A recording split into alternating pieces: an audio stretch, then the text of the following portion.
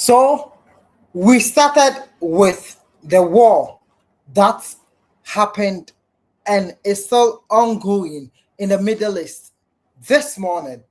And now we are giving you updates on whatever is going on in the Middle East. But first, I would like us to watch this. Let's watch this. There were many heroes on that January raid to capture Maduro, really great heroes.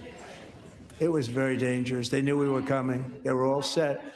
But this is just like the war going on in Iran. This is what Donald Trump had to say at the State of the Union.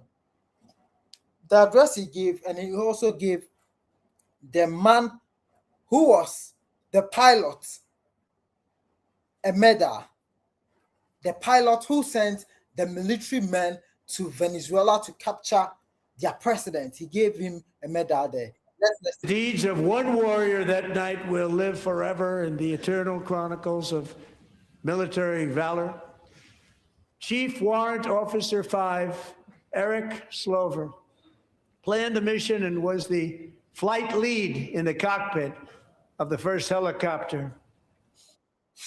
Military. I had always wanted to be in the military, and that's why I love camo. Yeah, Charlie. But it's so risky. So risky. A big, beautiful, powerful helicopter. It's a massive Chinook carrying, as you can imagine, many, many American warfighters, wearing the dog tags, his wife, Amy. This guy, Donald Trump. I'd blessed with holy water before he left. She knew it was going to be a rough one. Eric steered the Chinook under the cover of night and descended swiftly upon Maduro's heavily protected military fortress. This was a major military installation, protected by thousands of soldiers and guards. Yeah, they knew, so probably they'll protect their president. They'll make sure America is not able to penetrate. I just want us to listen to something, and we would dive straight into the Iranian war. Guarded by Russian and Chinese military technology. How did that work out? Not too good. This is what I want us to listen. Let's go back and listen. Chinese military technology. Headed by thousands of soldiers and guarded by Russian and Chinese military technology. How did that work out? Not too good. They're all laughing. While preparing to land enemy machine guns. Chinese and Russian military technology did not work out for Venezuela. Now, the war in the Middle East, Iran is also using Chinese technology. How is it going to work for them? Because they are not facing only the United States, but they are also facing Israel. These two countries coming at once at you, and these two countries, the two of them have their own mission in Iran. Yes, they are allied forces coming at you, but they all have whatever they want and whatever they are targeting. The Israelis are targeting the Iranian leadership and military installations and all that. But Americans are going in straight for the missile programs, the nukes Iran is trying to get, and other weaponry that are so advanced. So it's something else. This war there, I don't know if China or Russia is going to step in for their ally. That's Iran. I don't know. Because Iran is also looking up to these countries because they feel like, oh, our people, our guys can, yes, they can save us. So yes, we are going straight to watch these stuffs.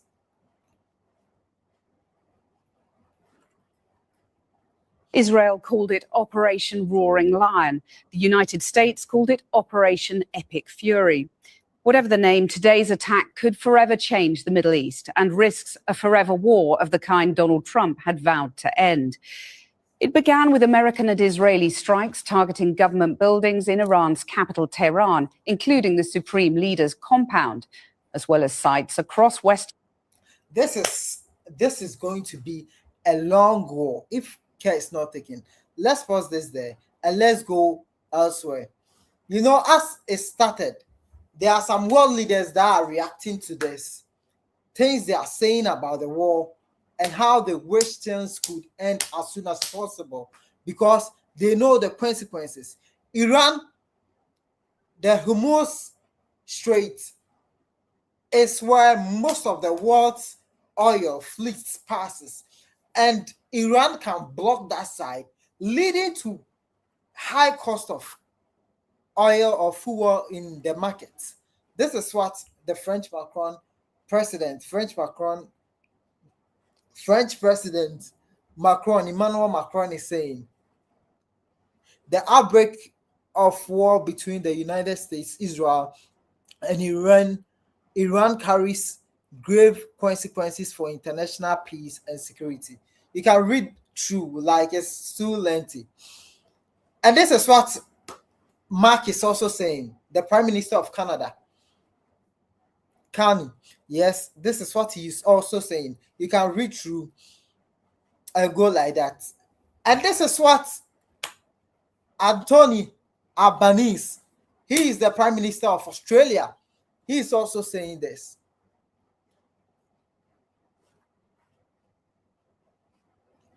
He says, Australia stands with the brave people of Iran in their struggle against oppression.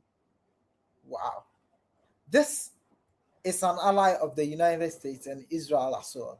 And this is what he's saying. And this is what Ursula is saying.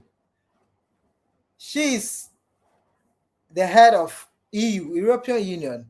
Yeah. What is she saying? The developments in Iran are greatly concerning. We remain in close contact with our partners in the region. You can read them through. It's lengthy. The other leaders from the world talking and speaking on this, and I think this guy wants to achieve something before he leaves office. This guy, Netanyahu, wants to, העם האיראני על כל חלקיו. and he's saying something that at least the world needs to pay attention to, because we don't understand. It seems his motive is, let's go get them, let's bring war on their doorstep. הפרסים, הכורדים. העם האיראני על כל חלקיו. Iranian people, הפרסים. yes, I know you'll be reading, so let me go back again so that you read for yourself as he speak. העם האיראני על כל חלקיו. הפרסים, הכורדים, האזרים, הבלוצ'ים, האבחזים וכל שאר אזרחי האומה הנפלאה הזאת. זאת ההזדמנות שלכם להקים איראן חדשה This man and Donald Trump, they are all saying one thing. They are promising the people of the Middle East, people of Iran, to take up this opportunity as a freedom mechanism to liberate themselves. This is what they are saying. חופשית, קחו את גורלכם בידיכם. הרימו ראש, שאו מבט אל השמיים. כוחותינו שם, טייסי העולם החופשי. Pilots of the free world. That's the Israeli forces, because they are bombing from the skies. Iran is firing missiles, but Israel are sending their air force, their planes, fighter jets and all that to bomb specific locations, military assets, and also installation of military weapons that is targeting their country, Israel. כולם באים לעזרתכם. Help has arrived. העם האיראני... He said help has arrived, and I don't know what help actually. You know, within this year, we started January not long ago, and there were a lot of demonstrations in Iran, people demonstrating for freedom and all that. But the Iranian government is not willing to back down. Their currency has been crushed economy being crashed, and still these leaders are building military installations and missile programs, nukes and all that. They are trying to get nukes. And the people are being left to rot because it's so hard for them to get social amenities. So this is what Israel and Donald Trump has been saying. They are going to free them because most of these people, the Iranians, are believed to be Persians and all that. Just that the Islamic cleric took over and now they are turning everything to favor them. Donald Trump said this, the lives of courageous Americans heroes may be lost and we may have casualties. That often happens in war. But we are doing this not for now. We are doing this for the future. And it is a noble mission. That's what Donald Trump is saying. We are prepared for. This is the alarm, by the way, that we all get on our phones here in Doha when there's an urgency. And so the National Emergency Alert System has gone. So if you are within this country, you know, at any point in time, you can get a heart attack because there are alarms all over blowing, ping, pong, ping, pong. There's a missile coming, take cover, take shot. Like, why?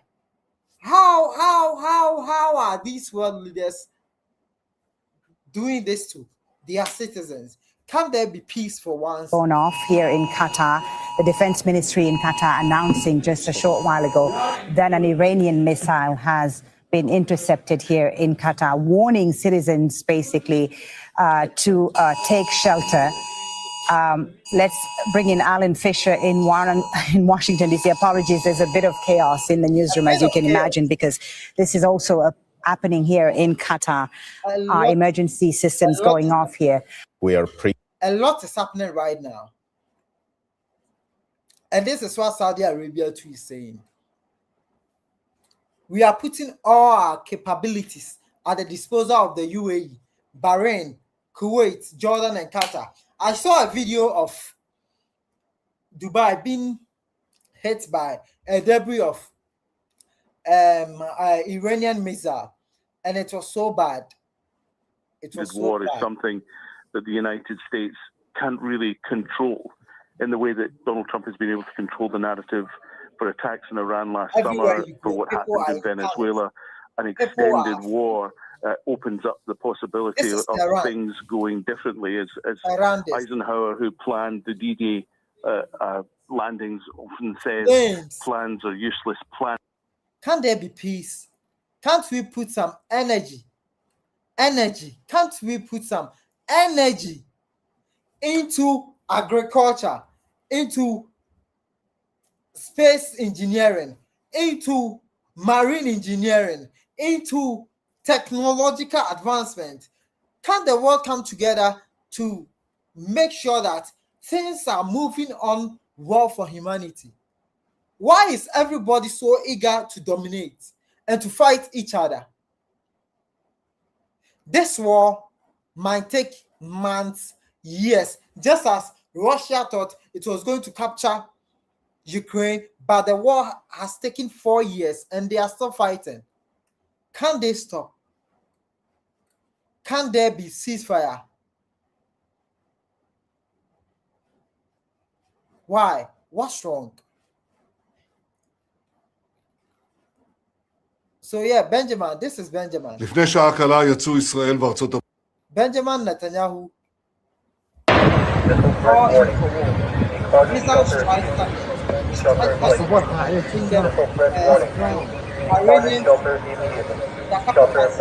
Where US has its Navy fleet. That's the 5th fleet. Charlie, is horrible. This thing is getting out of hand. At least there should be peace. There should be peace. I'll end this here. If this is your first time here, do want to subscribe. This is PB Central Creators Hub. We will do proper analysis, get you infos, and update you. Thanks for joining. Bye. See you on the other one.